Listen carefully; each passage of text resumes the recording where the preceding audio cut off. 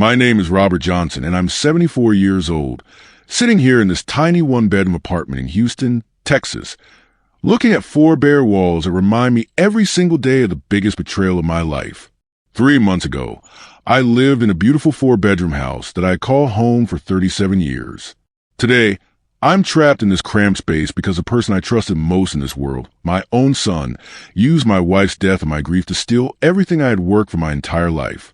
Before I tell you exactly how my own flesh and blood destroyed me when I was at my most vulnerable, I want to know where you're listening from. Are you from Texas like me? Maybe California? New York? Drop a comment and let me know, because what happened to me can happen to anyone, anywhere in this country. And if you stick around until the end of the story, you'll understand why every elderly person in America needs to hear this warning. Hit that subscribe button right now, because the story I'm about to tell you will change how you think about family forever. You see, for 45 years, I was married to the most wonderful woman who ever walked this earth. Margaret was her name, but I called her Maggie.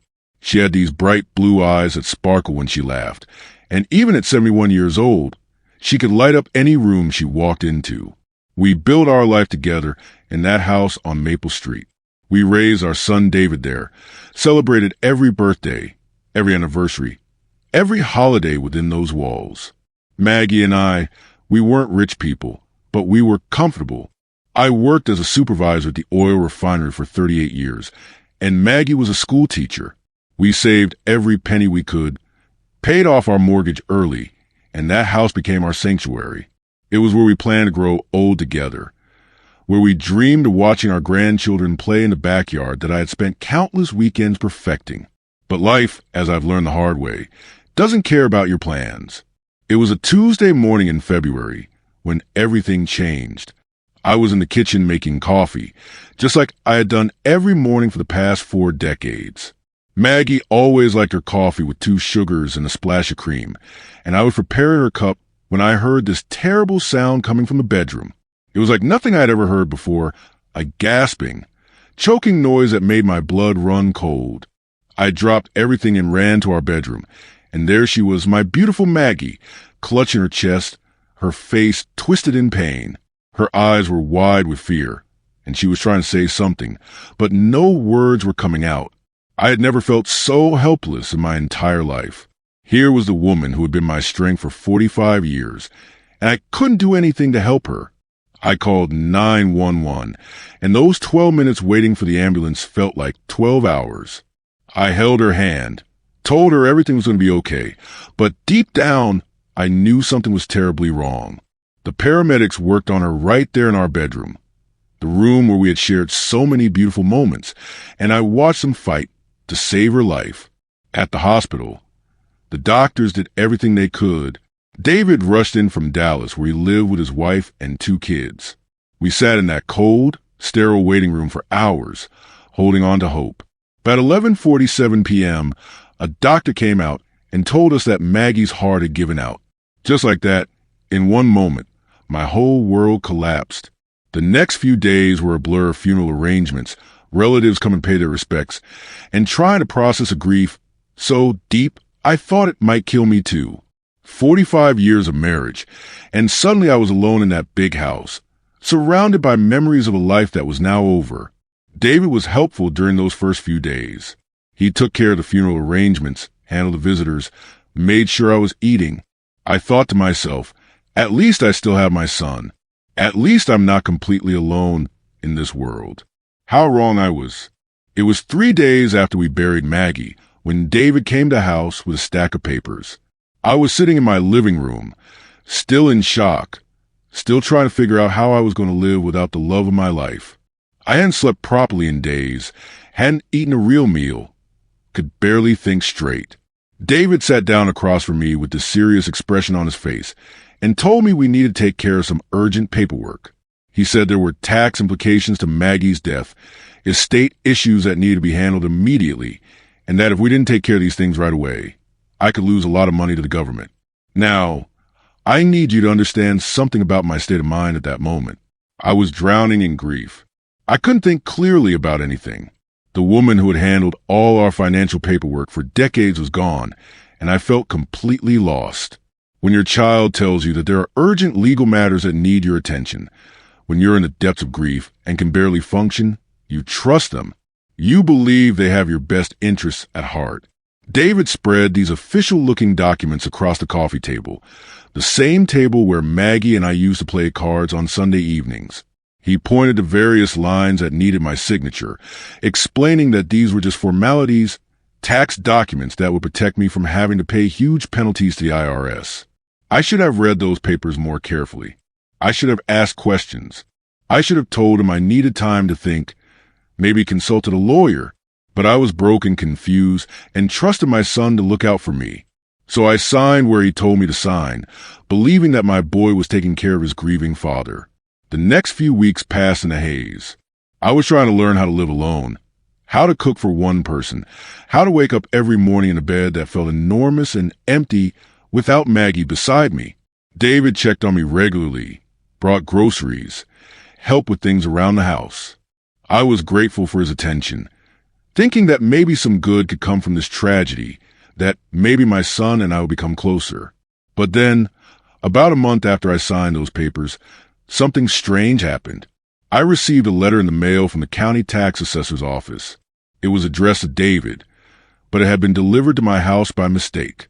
Curious, I opened it, thinking it might be something important that I should forward to him. What I saw in that letter made my blood freeze. It was a tax bill for my house that I had owned free and clear for 15 years. But according to this document, the owner of the property was listed as David Johnson, not Robert Johnson. At first, I thought it was just a clerical error, some mistake by the county office. But as I stared at that piece of paper, a terrible suspicion began to grow in my mind.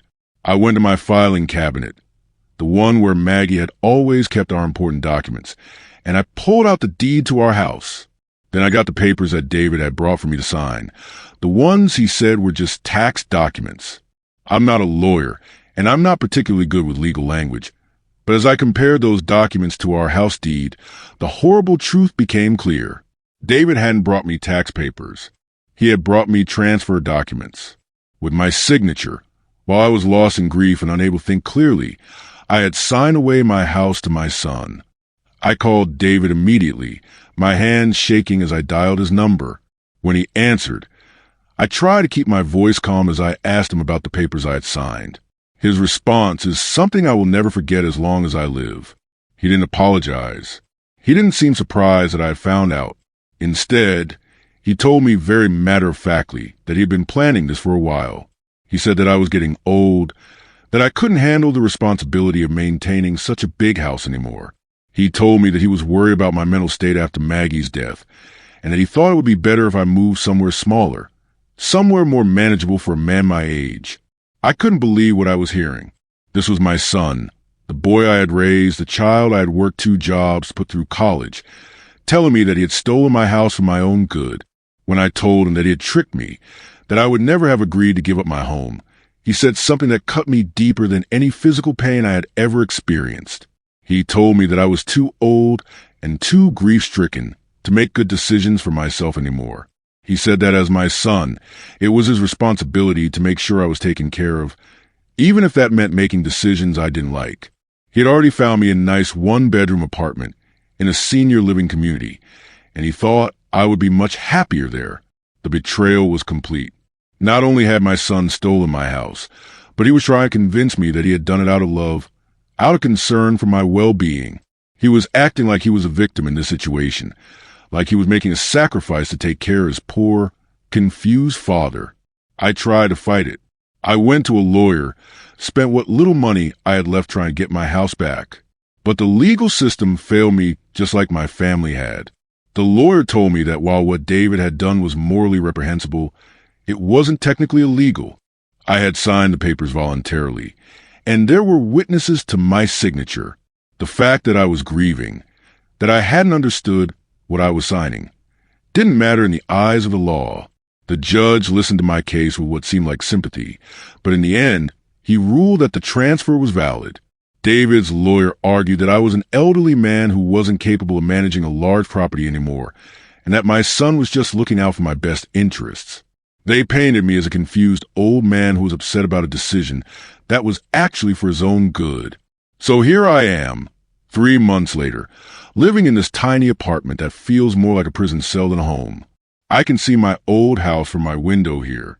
David moved his family into it just 2 weeks after I was forced to leave. I watch his children play in the backyard that I spent years perfecting, riding bicycles on the driveway where I taught David to ride his own bike 40 years ago. The worst part isn't even losing the house, though that breaks my heart every single day. The worst part is losing my son, the boy I raised, the child I sacrificed for, the young man I was so proud of, turned out to be someone I don't recognize.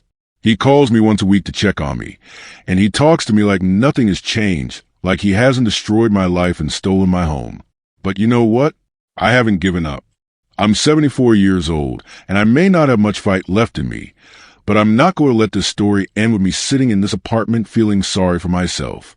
I've been talking to other elderly people in this community, and I've discovered that what happened to me isn't unique. There are predators out there. Sometimes we're in the face of family members who target vulnerable seniors and steal everything they've worked for their entire lives. I've started working with a legal aid organization that helps elderly victims of financial abuse.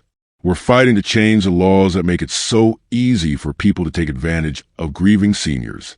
We're working to create better protections, stricter requirements for property transfers involving elderly individuals, and more oversight to prevent what happened to me from happening to others.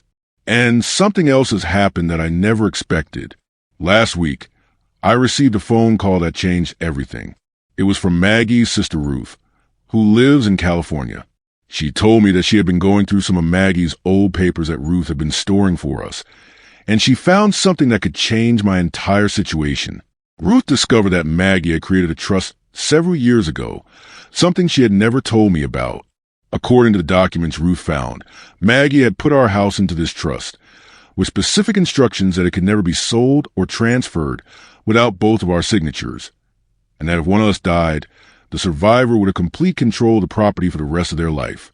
If these documents are legitimate, if the trust was properly executed, then David's theft of my house might not be legal after all.